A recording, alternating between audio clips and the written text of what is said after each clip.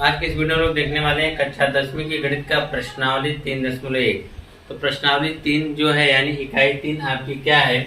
इकाई 3 है कि दो चर वाले रैखिक समीकरण युग्म। ठीक है, यह चैप्टर का नाम है कि दो चर वाले रैखिक समीकरण युग्म। ठीक है, तो सबसे पहले भैया समझेंगे कि दो चर वाले रैखिक समीकरण युग्म होता क्या है। ठीक है, कहा है कि दो चर यानी जिसमें दो राशियां हो। ठीक, जिसमें दो चर राशियां हो। मान लीजिए पहली राशि आप x ले लेते हैं, दूसरी राशि क्या ले लेते हैं y। दो चर वाले रैखिक समीकरण, रैखिक समीकरण का मतलब यह होता है कि जिसकी घात, ऐसा समीकरण जिसकी घात कितनी हो, सिर्फ एक हो। ठीक है, उसे हम रैखिक समीकरण कहते हैं। अगर उसकी घात दो हो जाएगी तो उसे द्विघात समीकरण बोला जाएगा। तो रैखिक समीकरण का जो व्यापक रूप होता है, क्या होता है? व्यापक रूप। तो व्यापक रूप होता है ax plus by plus c बराबर में क्या होता है? 0। यह रैखिक समीकरण का जो है व्यापक रूप है, जिसे x का गुणांक a है, y का गुणांक क्या है? b, और प्लस c जो आपका क्या है? अचर पद है। ठीक है, यह इसका जो है व्यापक रूप है। तो यह आपका हो गया रैखिक समीकरण। ठीक है, ये आपका हो गया दो चर वाले रैखिक समीकरण। लेकिन इसमें युग्म बोला है, युग्म मतलब जोड़ा होता है। इसी जैसा एक समीकरण और बनाना है, तो मतलब ax plus by plus c बराबर क्या हो जाएगा? 0। ठीक है, अब उसमें क्या होगा कि ये a b जो है c ये अलग अलग होगा। इसका मतलब इसको हम अलग अलग करने के लिए इसका हम 1 1 नाम दे देते हैं, इसको हम 2 2 का नाम दे देते हैं। तो यह आपके दो अलग अलग समीकरण बन गए। इसकी घात अगर आप देखेंगे तो घात एक ही है, x की घात एक है, y की भी घात एक है, c की भी घात क्या है? एक ही है। ठीक है, जैसे आपके सामने समीकरण देगा 3x प्लस 4y प्लस 5 बराबर 0। दूसरा समीकरण ले सकते हैं 5x प्लस 6 प्लस 7 बराबर 0। आप देख रहे हैं x यहाँ पर y रहेगा, y यह तो है बराबर, लेकिन यह जो इसके गुणांक है वह क्या हो जा रहे हैं? बदल जा रहे हैं। ठीक है, इसी से आपके यह रैखिक समीकरण युग्म बन गया। रैखिक समीकरण युग्म मतलब जोड़ा है। दो ठो जो रैखिक जो समीकरण हो वह जोड़े के रूप में हो। ठीक, उसी को हम लोग कहेंगे रैखिक समीकरण युग्म। ठीक है, आइए अब क्वेश्चंस को लगाएंगे, तब आपको बेहतर समझ में आएगा कि क्वेश्चंस में हमको कैसे क्या हल करना है। जैसे पहला जो है प्रश्नावली 3.1 का जो पहला सवाल कह रहा है कि आफ्ताब अपनी पुत्री से कहता है कि, आफ्ताब अपनी पुत्री से कहता है कि 7 वर्ष पूर्व मैं तुमसे 7 गुनी आयु का था। यह पहली कंडीशन है। ठीक है, पहली कंडीशन उसने क्या कहा? आफ्ताब जो है अपनी पुत्री से कह रहा है कि 7 वर्ष पूर्व मैं जो तुमसे 7 गुनी आयु का था। ठीक, अब से 3 वर्ष बाद मैं तुमसे केवल 3 गुनी आयु का रह जाऊंगा। इस स्थिति को बीजगणितीय एवं ग्राफीय रूप में क्या करना है? व्यक्त करना है। देखिए, आफ्ताब अपनी पुत्री से जो बातें कह रहा है वह दो बातें कह रहा है। पहली बात है जो कह रहा है, पहली कंडीशन में वो क्या कह रहा है कि 7 वर्ष पूर्व यानी आज से 7 साल पहले मैं तुमसे 7 गुनी आयु का था। जो आफ्ताब था वो अपनी पुत्री से कितना था? 7 गुनी आयु का था, पहली कंडीशन। दूसरी कंडीशन में कह रहा है अब से 3 वर्ष बाद मैं तुमसे केवल 3 गुनी आयु का ही रह जाऊंगा। ठीक है, तो इस स्थिति को बीजगणितीय रूप में क्या करना है? व्यक्त करना है। तो देखिए, न हमको आफ्ताब की उम्र पता है, ना ही उसकी पुत्री की हमको उम्र पता है। तो जब हमको दोनों की उम्र नहीं पता है, वर्तमान उम्र की हम बात कर रहे हैं, जब हमको दोनों की उम्र नहीं पता है तो हम क्या करेंगे? दोनों की उम्र को मान लेंगे। ठीक है, लिखेंगे माना, लिखेंगे माना आफ्ताब की उम्र, आफ्ताब की वर्तमान आयु लिख दीजिए। ठीक है, इसकी वर्तमान आयु कितना है? x वर्ष है। कितनी वर्तमान आयु हमने मान लिया है? x वर्ष हमने मान लिया है। अच्छा, आफ्ताब की जो पुत्री है, आफ्ताब की पुत्री, आफ्ताब की पुत्री की वर्तमान आयु, की वर्तमान आयु, इसकी आयु को हम लोग मान लेते हैं y वर्ष है। यह वर्तमान मतलब आज की जो आफ्ताब की उम्र है 100 वर्ष है और उसकी जो पुत्री की उम्र कितना है y। ठीक है, अब इसकी जो पहली शर्त है, प्रथम शर्त, क्या कहेंगे, प्रथम शर्त। पहली कंडीशन में क्या कह रहा है कि 7 वर्ष पूर्व, क्या बोला है, 7 वर्ष पूर्व मैं तुमसे आयु का 7 क्या कहा है, 7 वर्ष पूर्व मैं तुमसे 7 गुनी आयु का था। कौन कहा है, आफ्ताब। 7 वर्ष पूर्व मतलब आफ्ताब को भी 7 वर्ष घटाएंगे और उसकी पुत्री को। यह देखिए आपका आफ्ताब हो गया, यह पुत्री हो गई, यह वर्तमान आयु है। लेकिन उसने कहा 7 वर्ष पूर्व, यानी 7 साल आफ्ताब की भी उम्र घटेगी और 7 साल उसकी पुत्री की भी उम्र घटेगी। चलिए 7 साल हम लोग पहले आ गए। तो अब कह रहा है आफ्ताब जो है अपनी पुत्री का कितना गुना है, 7 गुना है।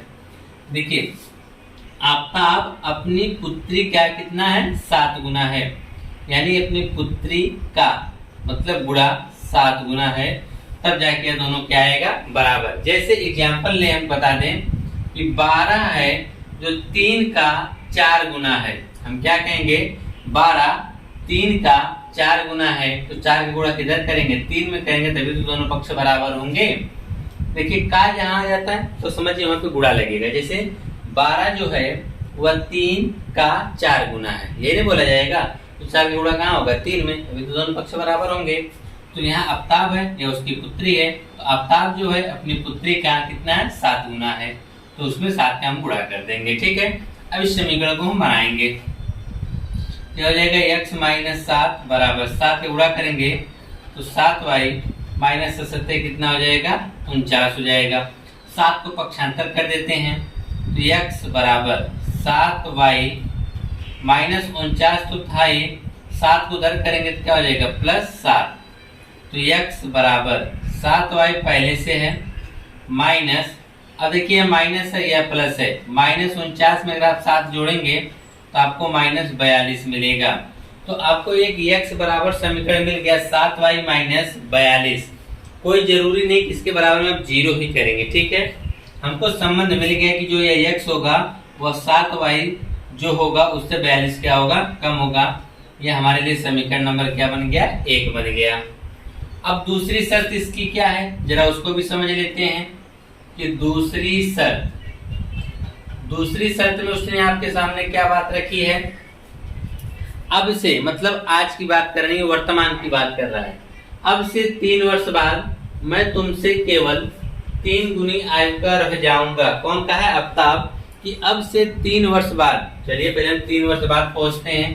यह x या y, यह आफ्ताब है या उसकी पुत्री, यह वर्तमान उम्र है। ठीक, अब से 3 वर्ष बाद, तो 3 दोनों में जोड़ देते हैं। चलिए 3 साल हमने दोनों में जोड़ दिया। ठीक है, अब से 3 वर्ष बाद तुमसे कहाँ पे है, तुमसे केवल 3 गुना आयु का रह जाऊंगा। यह जो आफ्ताब है अपनी पुत्री के आयु का कितना रह जाएगा, 3 गुना, तो 3 से हम इसमें गुणा कर देंगे, तब ये दोनों पक्ष क्या हो जाएगा, बराबर हो जाएगा। ठीक है, इसमें 3 से मत गुणा करिएगा क्योंकि ये ऑलरेडी 3 गुना है, 3 से गुणा करेंगे तो 9 गुना हो जाएगा। यह हो जाएगा x प्लस 3 बराबर 3y प्लस 3 त्रिका 9, 3 को उधर भेज दीजिए तो x बराबर 3y प्लस 9 है, 3 उधर जाएगा तो माइनस 3, तो x बराबर 3y प्लस में क्या आएगा 6, समीकरण नंबर क्या आ जाएगा 2। तो हमने इसको बीजगणितीय रूप में व्यक्त कर दिया है, यह बीजगणितीय ही रूप है ना। ये x बराबर क्या है, 7y माइनस 42, एक आया x बराबर 3y प्लस 6। तो यह तो हो गया। अब बात आती है कि ग्राफीय रूप में व्यक्त करने की, कि इस स्थिति को हम ग्राफीय रूप में कैसे हम व्यक्त करेंगे। तो उसके लिए देखिए हमको क्या करना पड़ेगा, हमको x और y के मान को निकालना पड़ेगा। जब हम x और y के मान को निकाल लेंगे तो हम क्वेश्चंस को आसानी से हल कर पाएंगे। ठीक है, तो आइए हम लोग देखते हैं कि कैसे हम मान को निकाल पाएंगे। ठीक है, तो उसके लिए सबसे पहले इसका निकालते हैं। अगर यहाँ पे आपको नीचे दिख रहा है तो नीचे ही ग्राफ इसका बना सकते हैं, तो बिल्कुल। चलिए यहाँ पर हम लिखेंगे समीकरण 1 के लिए, समीकरण 1 के लिए एक हम यहाँ पर सारणी बनाएंगे।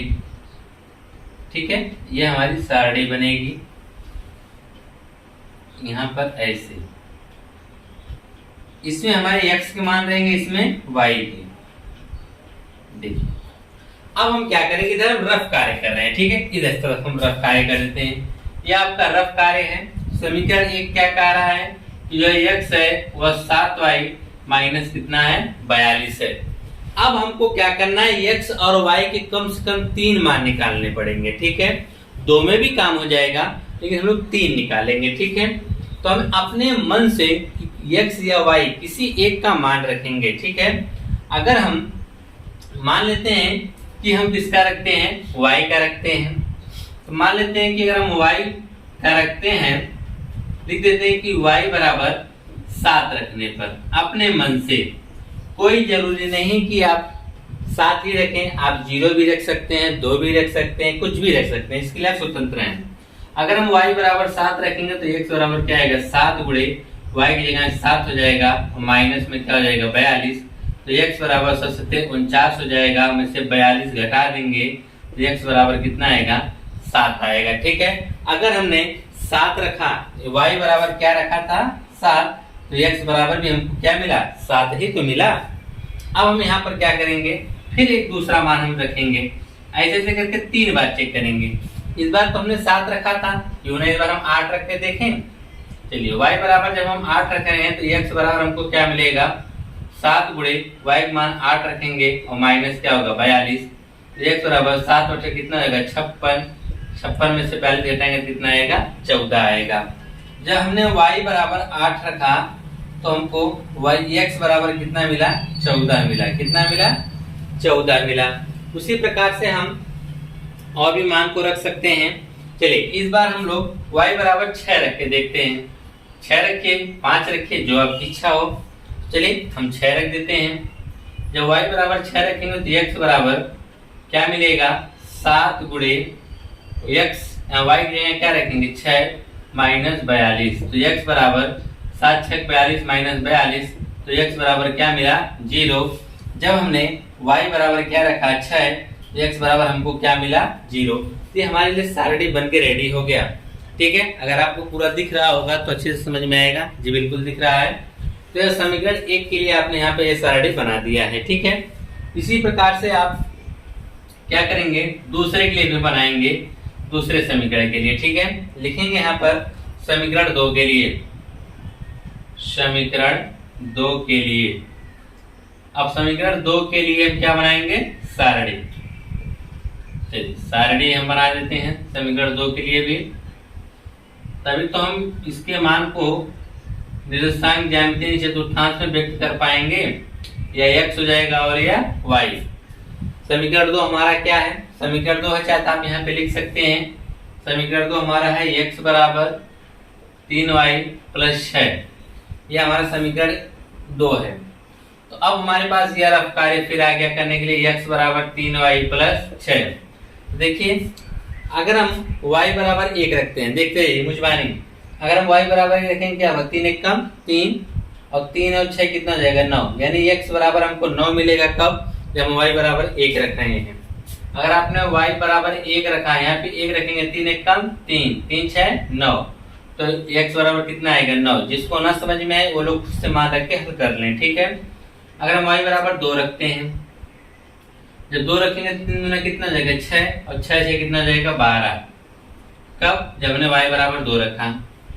अगर हम इनको y बराबर 3 रखते हैं, y बराबर 3 रखें, 3 3 का 9, 6 कितना हो जाएगा 15 हो जाएगा। यह भी आपकी सारणी बन के रेडी हो गया। तो समीकरण 2 भी आपका बन गया। अब देखिए हमारे सामने दोनों के दोनों समीकरण बन के तैयार हो गए हैं, सारणी, ठीक है। अब हमको एक ग्राफ तैयार करना पड़ेगा। ग्राफ के लिए हमने बिंदु रेडी कर लिया है, तो इसकी आप शॉर्ट स्क्रीन ले लीजिए, इसको मिटा कर यहीं पर एक बड़ा सा आपको ग्राफ बना के बताते हैं कि इसका हम लोग ग्राफ कैसे खींचेंगे, ठीक है। आइए देखते हैं कि इसका ग्राफ कैसे बनेगा। और आप लोग कक्षा 9 में निर्देशांक को माध्यम से इन बिंदुओं को दर्शाना सीख गए हैं। देखिए गलती यह हो गई कि हम लोगों ने यहाँ पे जो बिंदु लिखा था वह बिंदु भी मिटा दिया, ठीक है। तो हमको लग रहा है कि हमने जो बिंदु बनाया था समीकरण 1 के लिए, समीकरण 1 के लिए जो हमारा बिंदु था वह यह था कि यहाँ पर हमारा था x, यहाँ पे था y। ठीक है, तो हम लोगों ने यहाँ पर जब y बराबर 6 रखा था तो x बराबर हमको क्या मिला था, 0 मिला था। जब यहाँ पे हम लोगों ने 8 रखा था तो यहाँ पे 14 मिला था। जब हम लोगों ने 7 रखा था तो हमको 7 मिला था। यही समीकरण था ना। ठीक है, तो अब हम क्या करेंगे, ग्राफ को बनाएंगे। तो ग्राफ को खींचने के लिए एक चतुर्थांश पहले बनाएंगे ऐसे। ठीक है, ये हमारा चतुर्थांश बन के रेडी हो गया। अब आप जानते हैं पहला चतुर्थांश, दूसरा, तीसरा और चौथा। ठीक है, इधर को हम लोग बोलते हैं x अक्ष। यह x अक्ष प्लस में होता है और यह x अक्ष किस में होता है, माइनस में। ऊपर y अक्ष किस में होता है, प्लस में। नीचे y अक्ष किस में होता है, माइनस में। इसको हम लोग मूल बिंदु के नाम से जाना जाता है। इसका निर्देशांक क्या होता है, 0,0 होता है। तो इधर हम जाएंगे गिनतियां प्लस में लिखेंगे। जैसे यह हो गया 0, तो अगर हम आपको देखना पड़ेगा 0 हो गया, यहाँ पे हम 2 लिख सकते हैं। दो का गायब करके लिखो। ठीक है, 2 के बाद क्या हो गया, 4, 6, 8, 10, 12, 14, 16। देखिए इनके बीच की जो दूरियां होनी चाहिए वह समान होनी चाहिए। ठीक है, अब नंबर का अगर 2 का रख सकते हो, 3 का रख सकते हो, 4 का रख सकते हो। ठीक उसी प्रकार से इधर बनाना हो तो -2, -4, -6, -8, -10। अगर ऊपर देखना हो तो यह 2 हो जाएगा, 4 हो जाएगा, 6, 8, 10, 12, 14। नीचे आएंगे तो -2, -4, -6, -8, -10 कुछ इस प्रकार से बनेगा। ठीक है, अब तो हमने इसको चतुर्थांश में सभी बिंदुओं को दर्शाना है। ठीक है, कि इस निर्देशांक ज्यामिति में हम लोग इस ग्राफ में हम कैसे इन बिंदुओं को दर्शाएंगे उसको देखिए। जब हमको x बराबर 9 मिला तो y बराबर कितना मिला था, 1। दोनों के दोनों मान प्लस में है तो हम प्लस में ढूंढेंगे। तो y का मान क्या आ रहा है, 1। तो y का मान 1 का मतलब ये 0 और यह 1 इसी बीच में होगा। और x बराबर 9 का रहा है तो यह 8 और 9 यह होगा। ठीक है, तो इसको हम ऐसे, यहाँ पे देखिए 1 होगा और यहाँ पे क्या होगा, 9। यहाँ पे क्या होगा, 9 और यहाँ पे 1 बीच में। तो 1 के सामने में इसे डॉटेड लगाते हुए जाएंगे फिट की सहायता से। इसकी सहायता से, फिट की सहायता से हमारा टेढ़ा हो जा रहा है। आप लोग फिट की सहायता से बनाइएगा, ऐसे ऐसे जाएगा और यहाँ 9 के सामने। यहीं पर हमारा जो मिलेगा, पहले x का लिखेंगे फिर y का। तो ये x अक्ष पे हमने कितना चला है, 9 और y अक्ष पे कितना चले हैं, 1। तो यह हो जाएगा 9,1। क्या होगा, 9,1। तो आपका जो पहला बिंदु मिल गया कि पहला बिंदु जो हमारा होगा वह 9,1 होगा। फिर y बराबर 2 दिखाना है। y बराबर कितना दिखाना है, 2। कोई जरूरी नहीं कि समीकरण 1 पहले बनाओ, समीकरण 2 बाद में बनाओ, जो मिल रहा है उसको रखते जाओ। y बराबर जब हमने 2 रखा, यह हो गया। तो हमको x बराबर कितना मिला, 12। जब हमने 2 रखा तो इसको इस प्रकार से लेके जाएंगे। ये हमारा 2 दिया जा रहा है। ठीक है, यहाँ, और ये हमारा हो गया 12, यानी इसको यहाँ पे मान लीजिए काटेगा। ठीक है, इसको इधर कर देते हैं, इसको यहाँ से मिटा देते हैं। आप लोग फिर से बनाइएगा सीधे सीधे, तो मत मिटाइएगा, उसको रहने दीजिएगा। यहाँ पे आपका हो गया 9,1 था और यह जो बिंदु है तो x पे कितना चले हैं, 12 और y पे कितना चले हैं, 2। या 12,2 हो गया। अब x अक्ष पे कितना चलना है, 3। तो y पे कितना जाएंगे, 15। सॉरी, x पे 15 चलना है। तो 14, 15 के बीच में यहाँ पे 15 हो गया और y पे 3 चलना है तो 4 और यह 3 ये बीच में, यहीं पर ना इसके सीधे जाएंगे। ऐसे ही ऐसे ही चलते चले जाएंगे और यहाँ से यह 15, यहाँ पे यह 15 आपका हो गया है। जब यह 15 हो गया तो अब देखिए क्या करेंगे, लिखेंगे 15,3। अब इतना होने के बाद इन तीनों बिंदुओं को हम फिर से मिलाएंगे। किससे मिलाएंगे, फिर से मिलाएंगे। ये सीधा मिलेंगे। कैसे मिलेंगे, सीधे एक लाइन में मिलेंगे, ठीक है। और एक लाइन में जब मिलेंगे तो यही हमारा समीकरण होगा कि x बराबर 3y प्लस 6, इसका समीकरण था, ठीक है। अब इसका क्या है, x बराबर 7, y बराबर 7, तो x पे भी 7 चलो, यहाँ पे हो गए 7, y पे भी 7 चलो, यहाँ पर या y पे या x पे।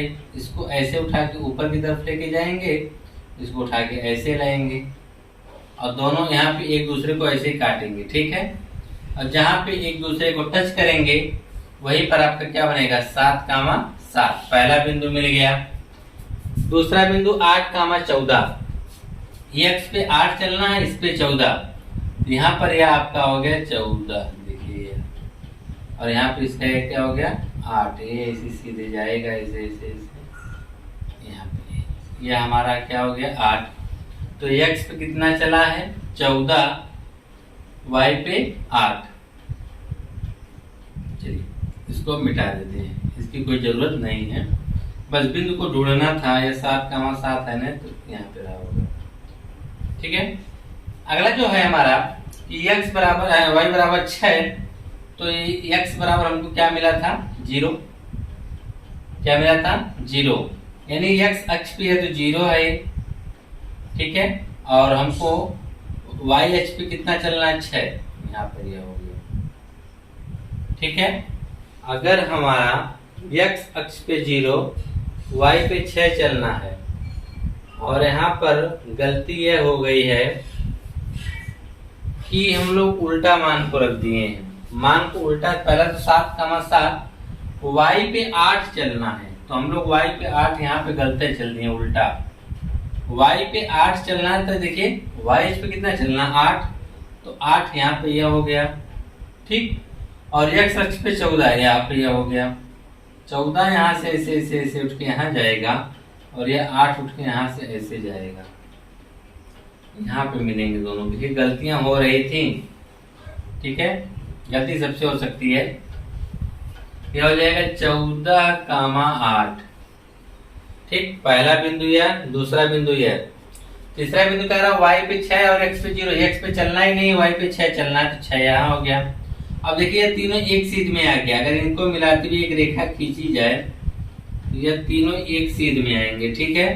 यह तीनों कहाँ आएंगे, एक सीध में आएंगे। यह आपका 6 हो गया, यह 7, और यह इसका जो बिंदु होगा वह 0, 6 कहेंगे, क्या कहेंगे 0, 6। जब इसको मिला के आप देखिए दूरी बराबर रख के और इसको सही जब आप ग्राफ में बनाएंगे फीट की सहायता से, तब आपका चित्र बहुत ही स्पष्ट बनेगा, ठीक है। यह क्या कहा है कि क्रिकेट टीम के एक कोच ने 3900 रुपए में 3 बल्ले तथा 6 गेंदें खरीदी। कोई जो है क्रिकेट टीम का कोच है जो रुपए 3900 में, यानी 3900 रुपए में 3 बल्ला और 6 गेंद खरीद रहा है।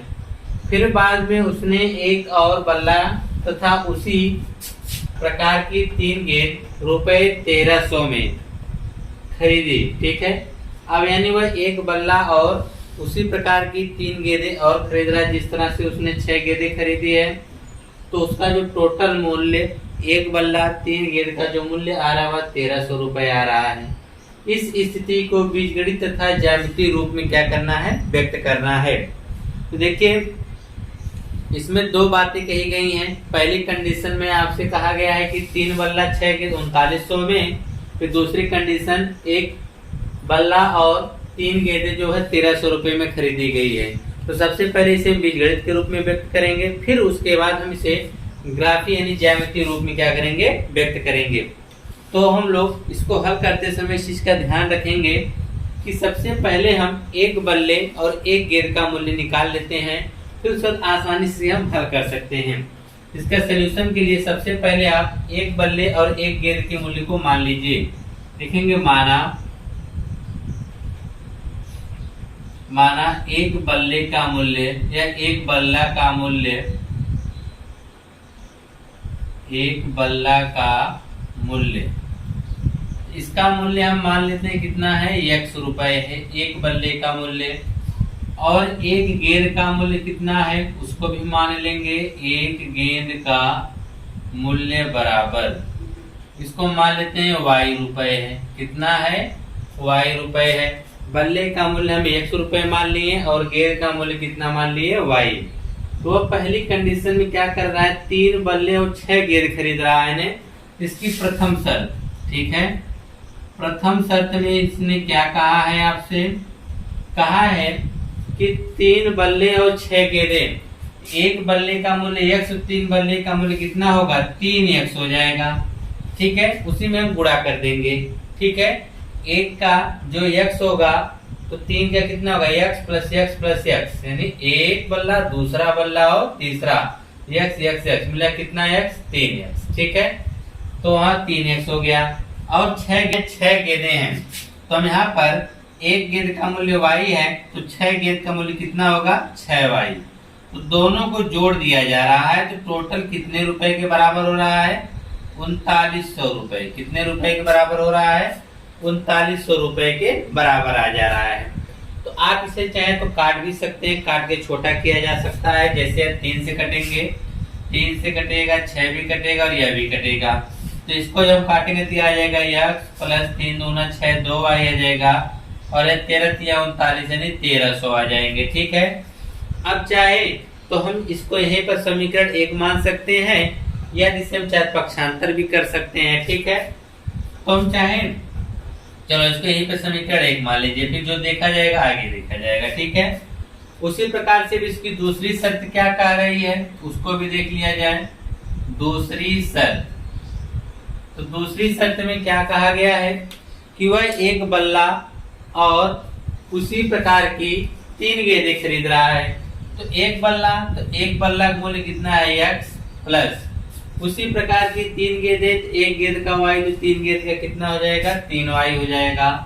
बराबर में कितना हो जा रहा है, 1300। हमने बराबर 1300 लिख दिया। इसमें से कुछ हल करने लायक, काटने लायक तो है नहीं। यह हमारा हो गया समीकरण नंबर 2। अब हमको क्या करना है, इसका एक ग्राफ बनाना पड़ेगा। ठीक है, तो चलिए सारणी बनानी पड़ेगी। इसकी सारणी हम यहीं पर बना देते हैं। ठीक, यह जो आपने समीकरण 1 समीकरण 2 इसे आपने बीजगणित के रूप में तो व्यक्त कर दिया, अब ज्यामितीय रूप में व्यक्त करना बाकी है। उसको देखिए हम यहाँ व्यक्त करने जा रहे हैं। उसको हम लोग पहले उसको व्यक्त करने के लिए हमको निकालना पड़ेगा बिंदु। ठीक, x, y। चलिए यह हो गया।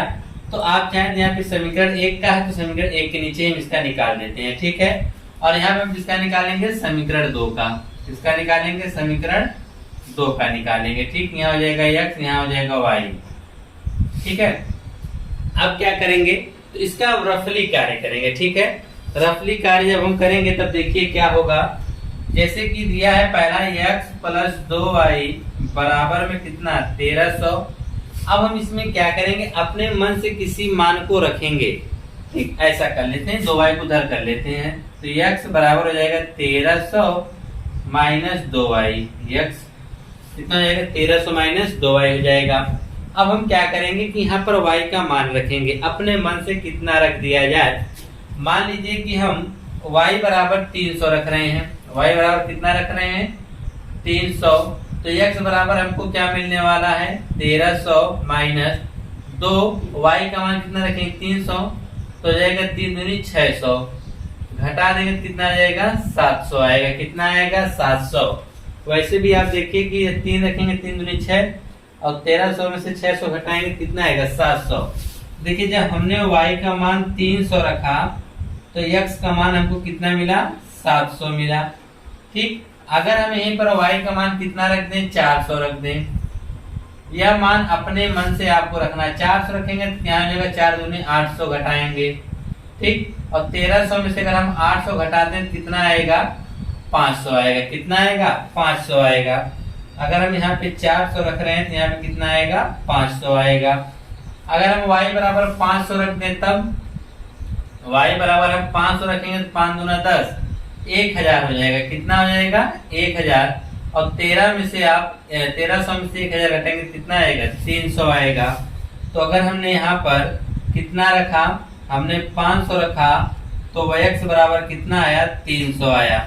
तो हमने समीकरण 1 के लिए बिंदु निकाल लिया है कि x का बिंदु क्या होगा, x, y 700 300, दूसरा 500 400, तीसरा 300 और 500 होंगे। ठीक है, तो यह तो था आपके समीकरण 1 के लिए।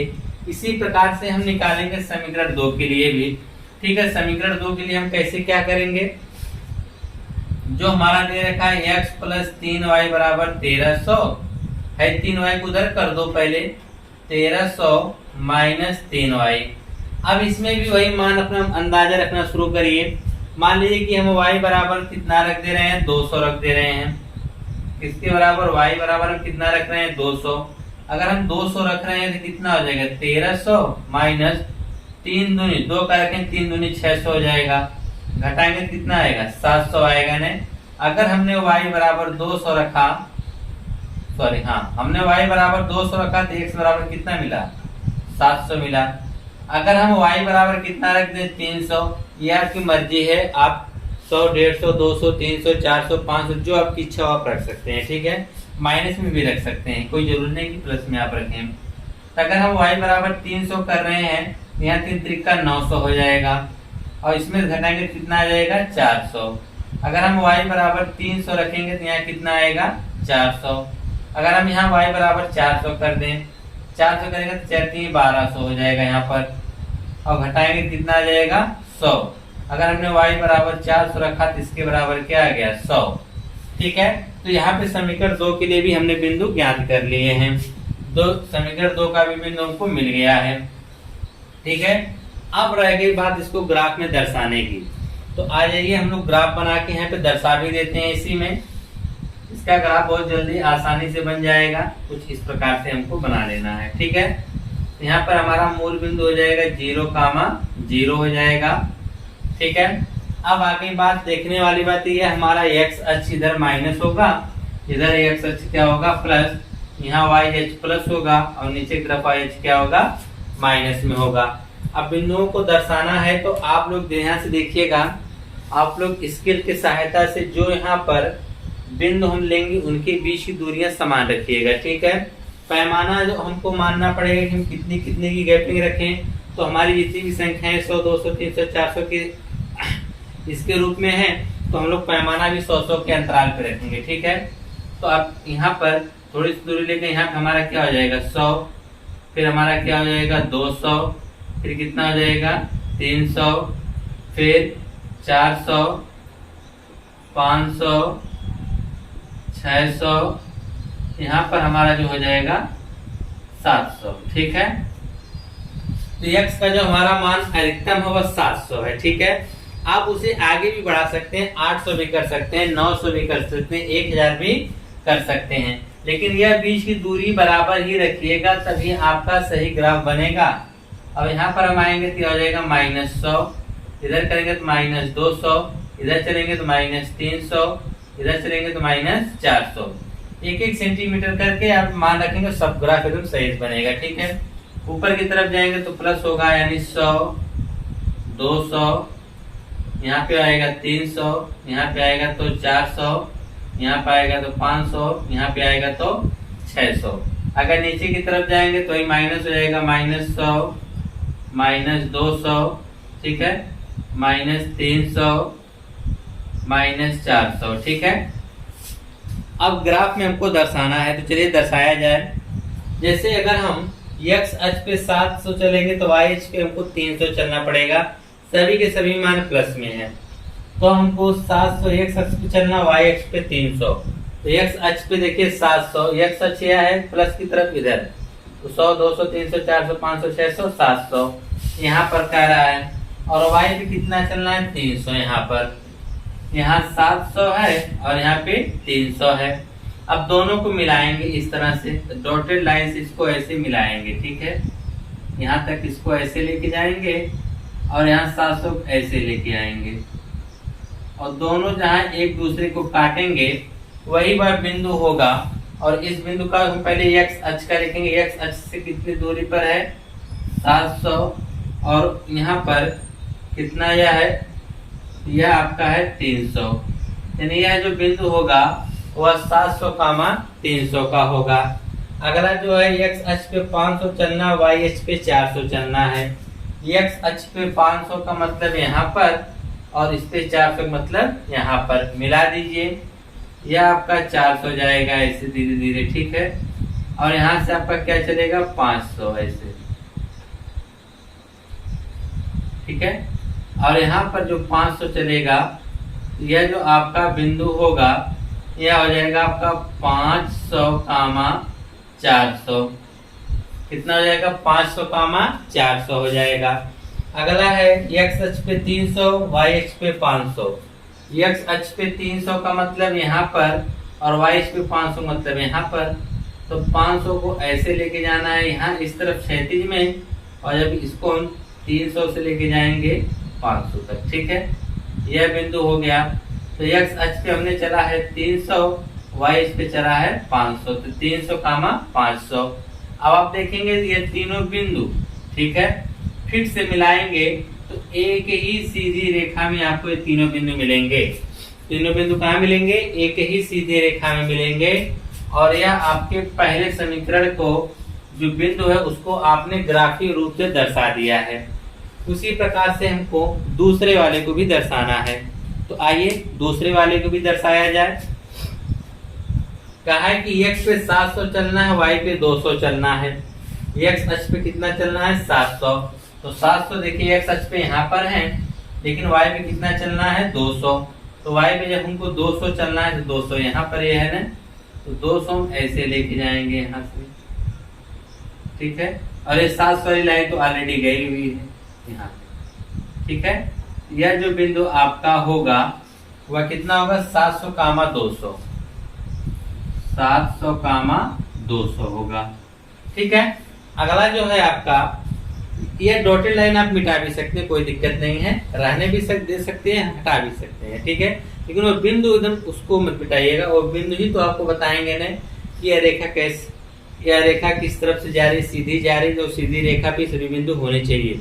अगर तीनों बिंदु उस रेखा पर नहीं है तो आपका सवाल गलत है, ठीक है। अगला जो है 400 और 300, x अक्ष पे 400, y अक्ष पे 300। x अक्ष पे कितना चलना है? 400। तो x अक्ष पे हमारा यह 400 हो गया, और y अक्ष पे कितना चलना है? 300 यह हो गया। तो 400 को हम इस तरह से ऊपर की तरफ बढ़ाएंगे, यह 300 लाइन को टच कर देगा। और यहाँ पर यह जो बिंदु बनेगा वह 400, 300। देखिए 300 की गई है, 400 की। x में कितना चलना है? 400। तो x पे हमने 400 के यहाँ गए, और y पे कितना चलना था? 300, 300 पा गए, 300 या 400 मिला यहाँ पे। और यहाँ पे बिंदु बनेगा 400, 300, 400, 300, ठीक है। छोटा आपको दिख नहीं रहा होगा, लेकिन आप सुन रहे हैं कि वहाँ पे क्या लिखा जा रहा है। यहाँ पे 700, 200, यहाँ पे 400, 300 लिखा गया है। अगला कि x अक्ष पे 100 चलना है, y अक्ष पे कितना चलना है? 400। x अक्ष पे 100 का मतलब यहाँ पर हो गया, और y अक्ष पे 400 मतलब यह हो गया। यहाँ से भी लाइनें गई हैं, तो इसको आप इस तरह से मिला दीजिए। यहाँ पे मिल गया, यह आपका हो गया 100, 400। 100, कितना हो गया? 400। तो यह बिंदु और यह बिंदु, इससे मिलाते हुए अगर आप रेखा खींचेंगे, यह सीधी रेखा जाएगी। कैसी रेखा जाएगी? सीधे। अगर आप इसे फिर से मिला के खींचेंगे ना, तो यह सीधी रेखा जाएगी। कैसी रेखा जाएगी? एकदम सीधी रेखा जाएगी। इसको आप फिर से जब खींचेंगे ना, ये आपकी एकदम बिल्कुल सीधी रेखा जाएगी। जो हमारी टेढ़ी हो जा रही है, आप लोग फिर से जब खींचेंगे ना, ये आपकी बिल्कुल कैसी रेखा जाएगी? सीधी रेखा जाएगी। और इसी को आप यहाँ पे दर्शा देंगे, यह आपके दूसरे समीकरण को आपने इसे ग्राफ में दर्शा दिया है। यही आपने इस कथन को पूरे ग्राफीय रूप से इसमें क्या किया है? दर्शा दिया है, ठीक है।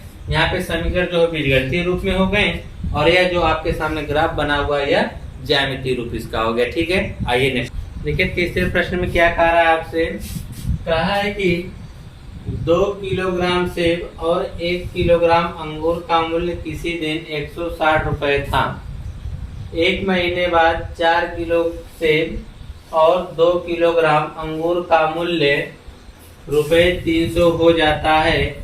इस स्थिति को बीजगणितीय तथा ज्यामितीय रूप में व्यक्त करना है, ठीक है। सेम जैसे आपने इससे पहले का क्वेश्चन लगाया उसी प्रकार से। तो हमको यहाँ पर सेब और अंगूर दो वस्तु में खरीदी जा रही है, ठीक है।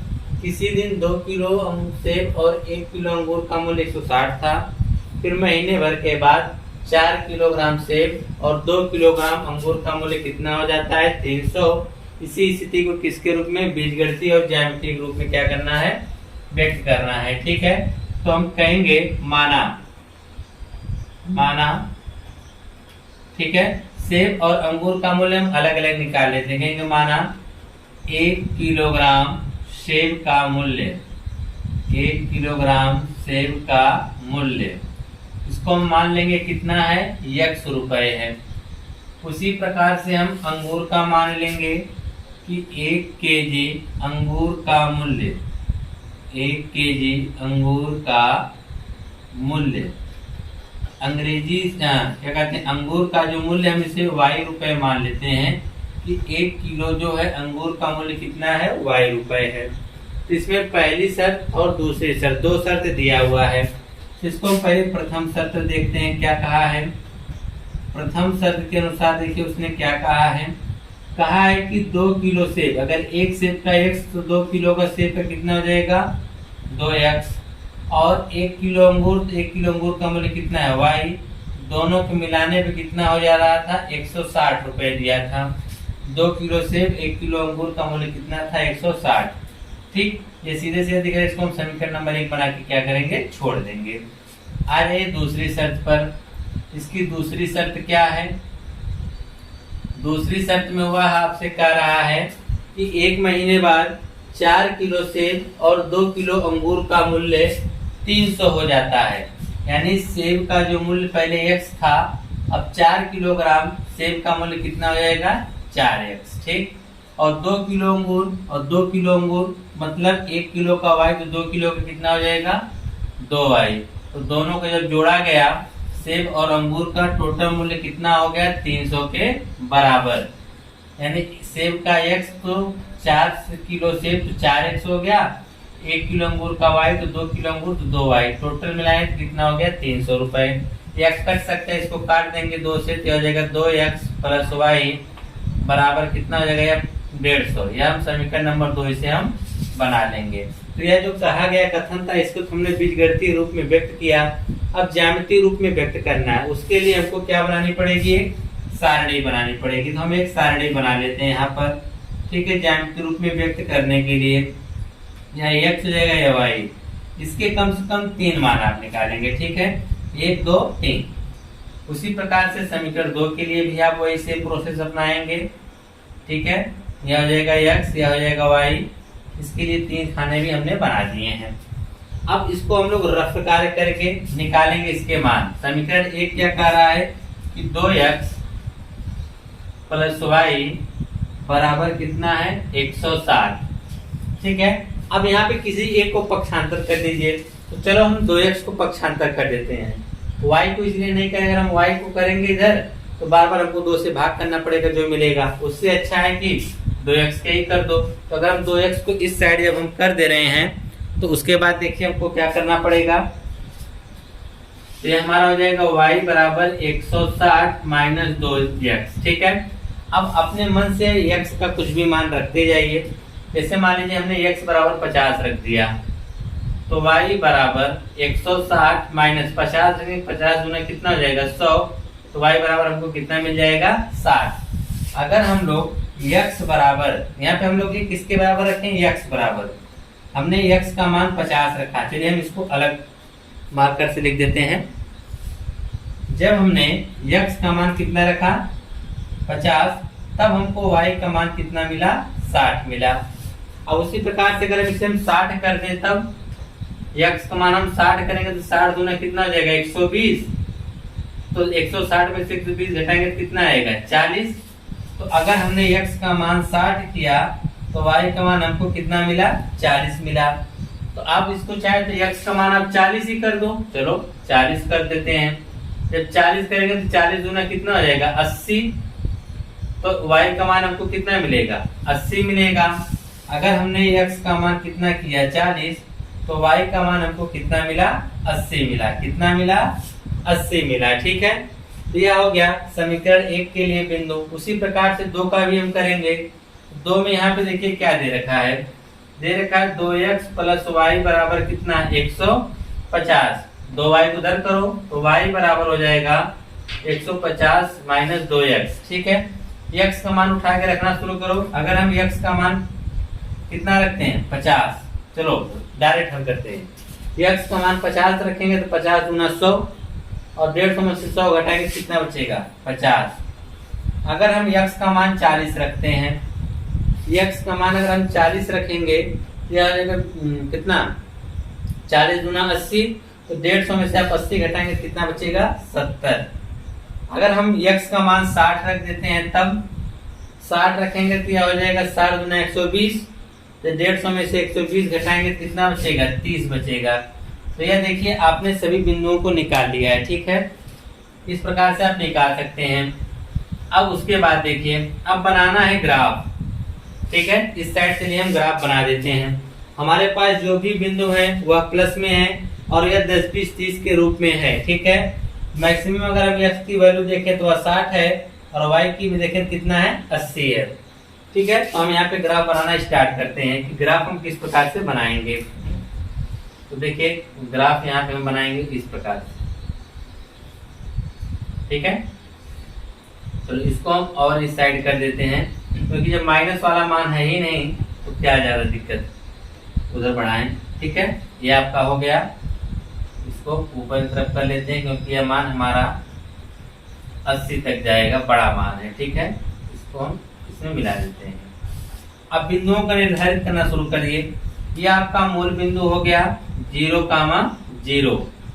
यह x अक्ष का माइनस सिरा, या x अक्ष का प्लस, या y का प्लस और यह नीचे y का माइनस।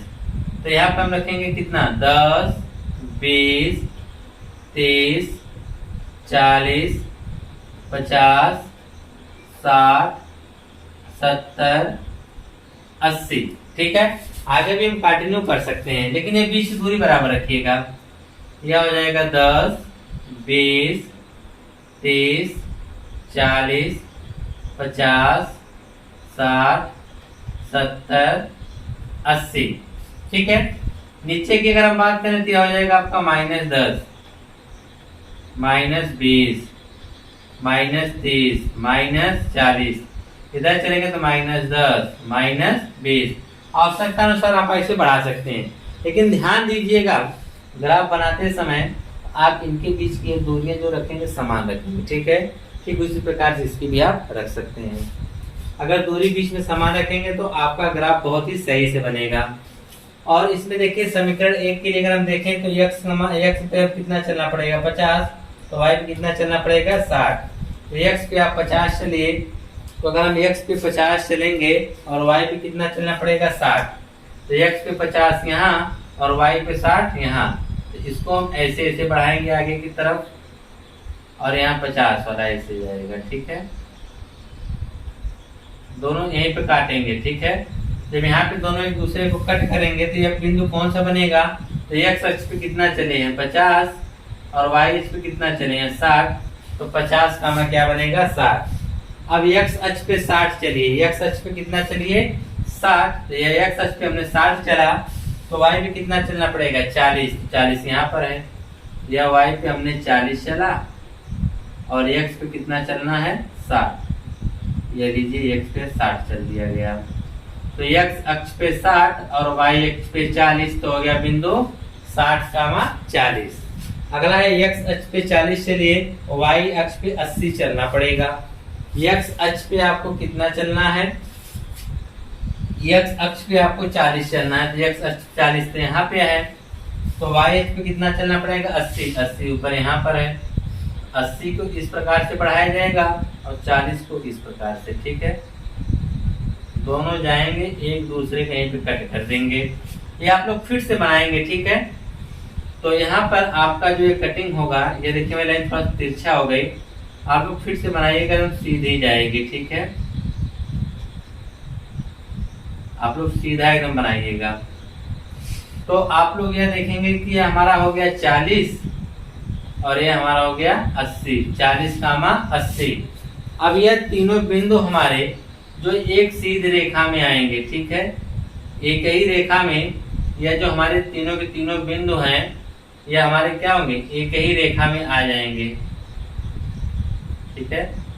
अगर आप ध्यान से देखेंगे यह आपका मिल जाएगा जाके यहाँ पे और इनसे हम जब रेखा खींचेंगे यह एकदम सीधी रेखा जाएगी। ठीक है, आप लोग जब ग्राफ से बनाएंगे सही सही में तो यह आपकी जो रेखा जाएगी वो कैसी जाएगी, एकदम सीधी रेखा जाएगी, इससे मिलती हुई आपकी जाएगी। ठीक है, हम हाथ से बना रहे हैं इसलिए थोड़ा सा लाइनें टेढ़ी हो जा रही है, जिसकी वजह से उस रेखा पर इस बिंदु को टच नहीं कर पा रहा है। ठीक है, कहीं कहीं लाइनें टेढ़ी हो जा रही हैं, लेकिन हम आपको तरीका सिखा दे रहे हैं, आप बनाएंगे तो आपका ग्राफ एकदम स्पष्ट साफ साफ बनेगा। ठीक है, वह हो गया आपका समीकरण 1 के लिए।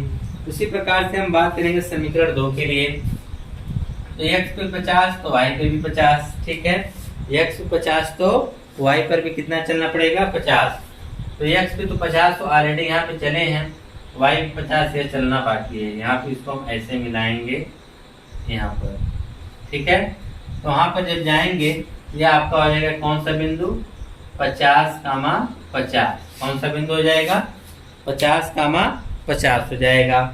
दूसरा है कि x अक्ष पे 40 चलिए और y पे कितना चलना पड़ेगा, 70। x अक्ष पे 40 और y पे 70 यहाँ पर यह। ठीक है, तो x अक्ष पे 40 हो गया और y पे कितना, 70। तो 40,70। तो x अक्ष पे अब 60 चलना है, x अक्ष पे कितना, 60 और y पे कितना चलना है, 30। तो x अक्ष पे 60, y पे 30 यह है। इसको ऐसे लेके जाएंगे और यह 60 वाली लाइन में यहाँ पे टच कर देगा, तो यह हो जाएगा आपका 60,30। तो आप देखेंगे यह बिंदु यह बिंदु यह बिंदु एक सीधी रेखा में ही आएंगे। ठीक है, एक सीधी रेखा ऐसे खींच देंगे तो ये आपके समीकरण 2 के लिए ग्राफ खींच जाएगा। ठीक है, तो इस प्रकार से आपने यह प्रश्नावली 3.1 के तीनों सवाल देख लिए हैं। ठीक है, उम्मीद करते हैं आप ग्राफ एकदम सही से बनाएंगे। कुछ नहीं करना है, कुछ सावधानियां बरतना है। उसमें क्या करना है कि यहाँ पर जो सभी दूरियां आप लेंगे एकदम समान लेंगे। ठीक है, और समान लेने के साथ साथ लाइनिंग अगर सीधी करेंगे तो आपका ग्राफ 100% सही बनेगा।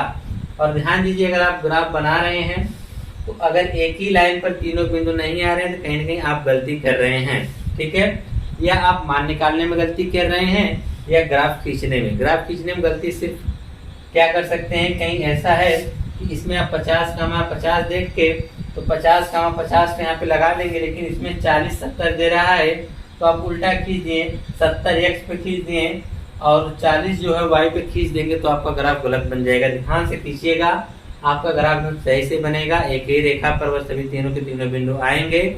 ठीक है, इस रेखा पर जितने भी बिंदु पड़ेंगे वह सब के सब रैखिक समीकरण के हल कहलाते हैं। ठीक है, मिलते हैं नेक्स्ट चैप्टर में नई वीडियो के साथ।